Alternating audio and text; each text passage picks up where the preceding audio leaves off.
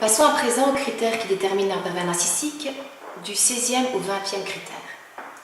Alors le critère numéro 16, c'est « il évite ou s'échappe de l'entretien, de la réunion ». J'en ai déjà parlé précédemment, mais face au mur, le manipulateur fuira ses responsabilités jusqu'au bout.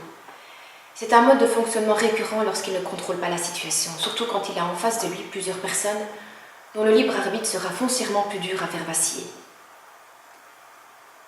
Le groupe, aux yeux du manipulateur, n'a le droit d'exister que s'il lui permet de briller. Il ne peut en être autrement. Dans un groupe, le manipulateur n'échange pas. Il veut imposer et contrôler. Le 17e critère, c'est « il mise sur l'ignorance des autres et fait croire en sa supériorité ». Cette ignorance est maintenue par le camouflage total du manipulateur sur ses échecs, ses erreurs, ses méfaits ou autres. Le manipulateur craint plus que tout le regard des autres. Il en est même l'esclave inconscient. Il fait souvent croire qu'il en savait plus que les autres. Souvent, j'étais mal à l'aise car ce qu'il disait d'un sujet dont il avait brièvement entendu parler n'avait ni queue ni tête. Il n'était vraiment pas futé. Mais il arrivait, pour les plus naïfs, à faire croire qu'il était érudit. N'oubliez pas qu'au niveau émotionnel, il reste coincé à l'âge de l'adolescence. Le 18e critère, il ment. Le manipulateur mentira sur ses échecs, ses expériences, sur ce qu'il refoule en général, sur la nature de ses relations sociales, etc. Il mentira à chaque fois pour enjoliver et garder intact son masque social. Il faut se dire qu'il ne ment pas juste pour les autres, mais qu'il ment surtout pour se calmer lui-même et anéantir momentanément sa souffrance. Quand vous vivez des années avec quelqu'un, que vous l'aimez et que vous avez confiance, vous ne soupçonnez même pas une seconde qu'il puisse vous mentir. Un jour de dispute, je suis partie chez mon frère une soirée et une nuit avec les enfants pour changer d'air. Quelques heures plus tard, le pervers narcissique m'envoyait un SMS me disant de rentrer d'urgence, car il était vraiment mal. Je ne pouvais pas, car nous étions sur le point de souper.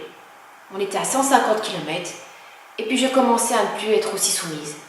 Je lui ai donc répondu qu'il devait aller aux urgences pour voir ce qui n'allait pas, et qu'il profite en même temps de son passage aux urgences pour passer un scanner. Déjà à ce moment-là, je me posais beaucoup de questions. Je me demandais s'il n'avait pas une tumeur au cerveau. Ces changements de comportement de plus en plus récurrents, ces façons de me regarder avec un regard qui n'était pas à lui, en tout cas, qui n'était pas celui du prince charmant que j'avais côtoyé depuis plus de 10 ans, et qui commençait à me donner la chair de poule, comme si il était possédé. Ces accès de colère, quand j'osais dire non, me donnaient la certitude qu'il y avait quelque chose qui clochait. Et puis il y avait l'alcool, mais cela n'excusait pas tous ces comportements anormaux. Donc quelques minutes plus tard, il me répondit qu'il avait été aux urgences et fait un scanner et que tout allait pour le mieux. Je l'ai cru, pauvre sotte que j'étais. C'est seulement plusieurs semaines après que je me suis étonnée de ne pas recevoir de facture de l'hôpital. Je l'ai donc questionné et lui de me répondre avec audace et conviction que c'était un copain qui était l'urgentiste de garde et qu'il a laissé tomber la paperasserie. Et je l'ai encore cru. Ce n'est qu'au fil du temps, au fur et à mesure des histoires de plus en plus grotesques qu'il me racontait, que j'ai commencé à me méfier. Vous me diriez qu'il n'y avait pas lieu de ne pas croire à ces histoires. Ben oui. Mais avec le recul, je me dis que j'ai vraiment été naïve. Comment aurait-il pu être soigné aux urgences un samedi soir sans être enregistré? Comment aurait-il pu avoir été observé et avoir subi un scanner en 1 heure de temps? Surtout que vous savez comme moi qu'il faut patienter des heures aux urgences. Et puis, comment aussi aurait-il pu avoir les résultats de son scanner aussi rapidement? Je n'en ai jamais fait l'expérience, mais j'imagine qu'un neurologue aurait dû venir analyser les clichés et que cela ne se faisait pas aussi vite, surtout un samedi soir. Mais il croyait tellement à ses mensonges que je n'aurais jamais soupçonné une minute qu'il me mentait. Le 19e critère, c'est « il prêche le faux pour savoir le vrai ». Je voyais parfois mon meilleur ami. Ce dernier m'aidait, entre autres, pour faire mes documents professionnels sur Excel, car je n'avais pas assez d'aptitude pour le faire seul. Afin d'éviter encore une fois les conflits avec mon bourreau, qui s'était mis en maladie, je voyais mon ami à l'extérieur, afin qu'il me remette les documents en question et qu'il me remonte le moral en même temps. Et oui, j'en étais arrivée à me cacher pour éviter les scènes qui n'avaient aucunement lieu d'être.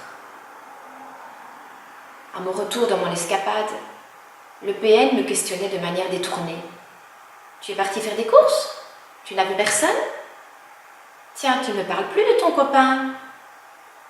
Tu le vois encore quand je l'ai croisé hier, juste quand tu es parti mettre de l'essence. » Il ne savait pas que je voyais mon meilleur ami, mais le soupçonnait. Alors il inventait qu'il l'avait croisé pour savoir si on s'était vu. Je savais pertinemment bien qu'il ne l'avait pas vu la veille, car mon ami me disait quand il passait dans le coin pour savoir si on pouvait se voir. Il faut savoir que mon meilleur ami vit à 1h30 de chez moi et que lors de ses déplacements professionnels dans ma région, on s'arrangeait pour se voir un peu. Donc je savais toujours quand il passait dans le coin et mon PN ne pourrait pas pu le voir la veille. Voir mon ami était pour moi une bouffée d'oxygène qui est devenue par après une bouée de sauvetage. Aujourd'hui, plus de 9 ans après, mon meilleur ami est toujours présent et je n'oublierai jamais ce qu'il a fait pour moi et mes enfants. C'est le grand frère idéal. Merci François d'avoir été et d'être encore présent. Le 20e critère, il est égocentrique. L'ego démesuré du manipulateur peut venir d'un complexe issu des blessures de son ego durant l'enfance.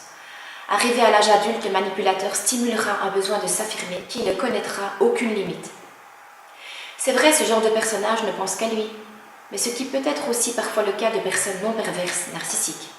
Cependant, le PN a en plus une absence totale d'affect, de sentiment d'affection, d'amour pour autrui. Combien de fois m'a-t-on dit « Je n'arrive pas à comprendre qu'un père puisse abandonner ses enfants. » Mais si, maintenant, moi je sais pourquoi. Ils n'ont pas d'affect, ils ne savent pas ce qu'est l'amour. Donc en fait, depuis la décision du parquet où le pervers narcissique ne pouvait plus nous approcher, on n'a jamais revu. Cela fait 3 ans aujourd'hui. Il a envoyé une carte d'anniversaire aux enfants les premiers mois qui ont suivi le drame, puis plus rien. Il ne se présente pas au tribunal de première instance, ni au tribunal de la famille, ni au tribunal de la jeunesse, et encore moins chez le notaire chargé d'effectuer la liquidation matrimoniale. Il ne se fait même plus représenter par un avocat. Je dois vous avouer que cette absence totale m'arrangeait. Je dis m'arrangeait car maintenant je suis dans l'impasse financière, étant encore solidaire de lui pour le prêt hypothécaire par exemple.